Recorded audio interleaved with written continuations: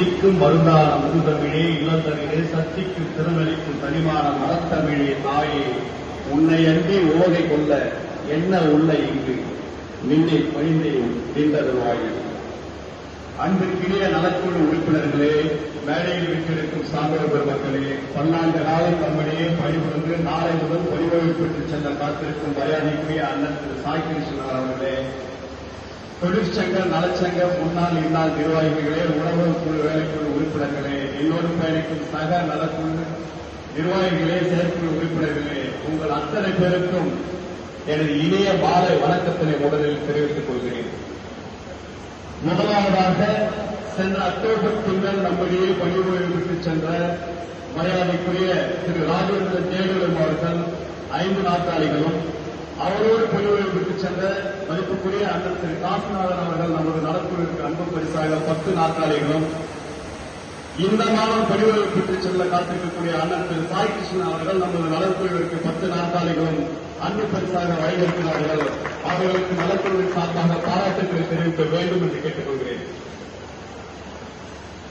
இந்த பணிபுரி பாராட்டு விழாவோடு சேர்த்து இந்த ஆண்டு நடைபெறும் 5வது பணிபுரி பாராட்டு விழா இது. இந்த 5 பணிபுரி பாராட்டு விழாவிலும் மொத்தம் 10 நபர்களை மிகவும் கண்ணியத்தோடு நாம் வழியளித்து வைத்திருக்கின்றோம்.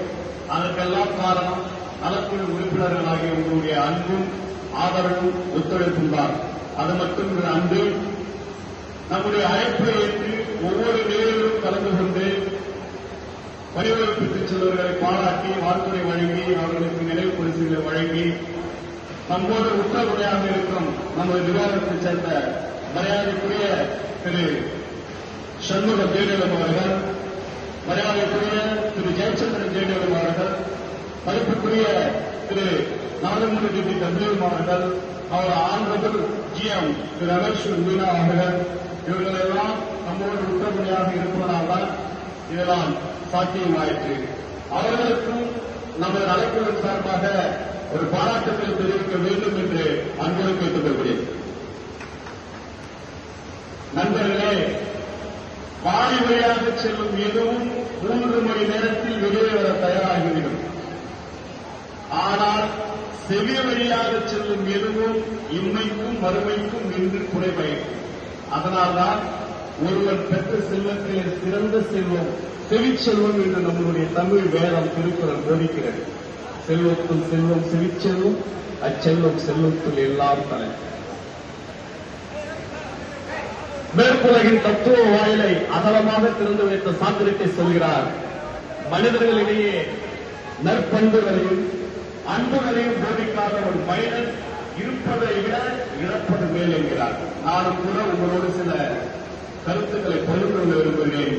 ஐரோப்பாவின் தலை சிறந்த சிற்பியும் ஓவியமான லியோனார்டோ டா வின்சி அவர்கள் சொன்னதை உங்களோடு பகிர்ந்து கொள்கிறேன். நாம் பார்க்கிறோம் ஆனால் காண்பதில்லை, நாம் கேட்கிறோம் ஆனால் கவனிப்பதில்லை, நாம் தொடுகிறோம் ஆனால் உணர்வதில்லை, நாம் உண்கிறோம் ஆனால் சுவைப்பதில்லை, நாம் பேசுகிறோம் ஆனால் சிந்திப்பதில்லை என்கிறார். அதற்கு காரணம் எதையும் துரித கதிமாக, எதையும் ஒரு அவசர கோலத்திலே அள்ளி தெளிக்கும் விதமாக நம்முடைய வாழ்க்கை முறை மாறிவிட்டதுதான். எதையும் நின்று நிதானித்து ரசித்து அனுபவித்து மனிதர்கள் கூட ரசிக்கக்கூடிய அந்த மனநிலையை நாம் முற்றாக இழந்துவிட்டோம். எதை ஒன்றை பற்றியும் நமக்கு எந்த விதமான ஆழமான புரிதலும் கிடையாது. இந்த நுகர்வு கலாச்சாரம் ஊட்டப்பட்ட இந்த காலகட்டத்திலே உலகில் இருக்கக்கூடிய அத்தனை இன்பங்களையும் நாம் தூக்கி விட வேண்டும் என்று எண்ணி ஒன்றன் பின் ஒன்றாக ஓடிக்கொண்டே இருக்கின்றோம். 3 நாள்களில் 30 ஊர்களை சுற்றி பார்க்கும் சுற்றுலா பயணிகள் நாம் சுற்றி பார்த்த ஊர்களின் பெயர்களை நாம் வரிசையாக பட்டியலிட்டு பெருமிதப்பட்டுக் கொள்ளலாம். ஆனால் அந்த ஊரின் அழகும் பெருமையும் உங்கள் நெஞ்சத்திலே ஒரு சித்திரம் போல நிலைத்திருக்கிறதா என்றால் இல்லை. இப்படித்தான் நம் வாழ்வின் லட்சணம் இருக்கின்றது. இந்திய நாட்டைச் சேர்ந்த சிறந்த மனவியல் நிபுணரும் மத போதகருமான ஆன்சனி ஜீவனோ அவர் எழுதிய 1 நிமிட அபத்தம் என்ற நூலிலே நம்முடைய அவசரகால வாழ்க்கையை பற்றிய ஒரு பகுதியை என்று அழகாக சித்தரிக்கிறார். ஒரு பயணி ஒரு பேருந்து நிறுத்தத்தில் பேருந்து நிற்கிறது. அந்த உணவு விடுதிக்கு சென்று அங்கே அடுக்கி வைக்கப்பட்டிருக்கின்ற சுவையான சூப்புகளின் கறி வகைகளை பார்க்கிறார். இந்த குளிருக்கு ஒரு சூப் இருந்தால் இதமாக இருக்கும் என்று கருதி அந்த விற்பனையாளரிடம் ஒரு சூப் கேட்கிறார். நீங்கள் தற்போது நிறுத்திய பேருந்திலிருந்து இறங்கிற நபரா என்று அந்த விற்பனையாளர் கேட்கிறார்.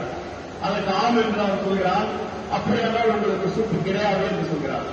சரி, அது கிடைக்கட்டும், எனக்கு சற்று வேக வைத்த அரிசியும் கறியுமாறு கொஞ்சம் கொடுங்கள் என்று கேட்கிறார். அதுவும் உங்களுக்கு விற்பனைக்கு கிடையாது என்று சொல்கிறார். அதற்கு அந்த பயணி இதையெல்லாம் விற்பதற்கு தானே அடுக்கி வைத்திருக்கிறீர்கள், நான் ஒன்று உங்களிடம் இனாமாக கேட்கவில்லையே என்று கேட்கிறார்.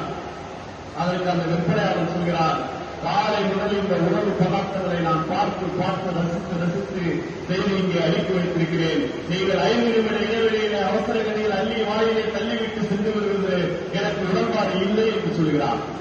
நாமும் கிடைத்தவற்றை 5 நிமிடத்தில் வாயில் தள்ளி உள்ளே சென்று விடுபவர்கள் தான். நமக்கு வாழ்க்கை இந்த வாழ்க்கையை நொடிவழியாக அனுபவித்து ரசித்து மகிழ்ந்து வாழ்க்கும் வரை நாம் அறிந்திருக்கிறோமா என்று சொன்னால் இல்லை என்பதுதான் கசப்பான உண்மை. உனது வாழ்வின் பணி எதுவாக இருந்தாலும் இருக்கட்டும், அந்த வேலையை மிக நன்றாக அனுபவித்து மகிழ்ந்து ரசித்து செய். ஒரு தெருவை பெருக்கி கூட்டி சுத்தம் செய்யும் பணியாக இருந்தாலும் கூட இந்த உலகத்தில் இதுவரை பிறந்தவர்கள், இதுவரை பிறந்து இருப்பவர்கள், இனிமேலும் பிறப்பவர்கள் யார் வந்தாலும் இந்த பணியை உன்னளவுக்கு செய்ய முடியாது என்பது போன்று ரசித்து செய். அந்த பணியை மேற்கொள்ளும் பொழுது மைக்கேல் என்கிற ஓவியம் தீட்டுவது போன்றும், ஷேக்ஸ்பியர் கவிதை எழுதுவதை போன்றும், பீத்தோவன் இசைக்கோள கலவையை கொடுப்பது போன்றும் இருக்க வேண்டும். அந்த தெருவை கடக்கும் ஒரு பயணி இந்த இடத்தில் ஆகச் சிறந்த ஒரு பணியாளன் பணிபுரிந்திருக்கிறார் என்று உன்னை எண்ணி பெருமிதம் பெற வேண்டும். எந்த செயலையும் மன நிறைவோடு அனுபவித்து செய்வதில் படைப்பின் ரகசியம் இருக்கிறது. அந்த ரகசியத்தை அறிந்தவர்கள் வீட்டு வாழையிலே வெற்றி பெறுவதை காத்துக் கொண்டிருக்கிறார் என்று சொல்கிறார் மார்ட்டின் லூதர் கிங். நம்மிடம் பணிகளை பெற்றுச் செல்ல காத்திருக்கும் அன்பு அண்ணன் திரு சாய் கிருஷ்ணன் அவர்களும் அப்படித்தான் அந்த வெற்றி தேவதையை அவர் கரம் பிடித்திருக்கிறார். எந்த வேலை கொடுத்தாலும் அதில் ஒரு குறிப்பிட்ட நேர்த்தியோடு கால அளவோடு கணக்கச்சிதமாக செய்து கொடுப்பதில் அவர் வல்லவர். அவருடைய பணியில் ஒரு பர்ஃபெக்ஷன், ஒரு டெடிகேஷன், ஒரு கிராட்டிடியூட் இருக்கு.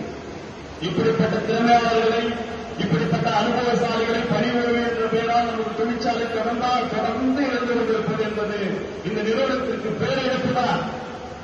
அதனையெல்லாம் எப்படி ஈடு செய்யப் போகிறார்கள் என்பது மில்லியன் டாலர் கேள்வி.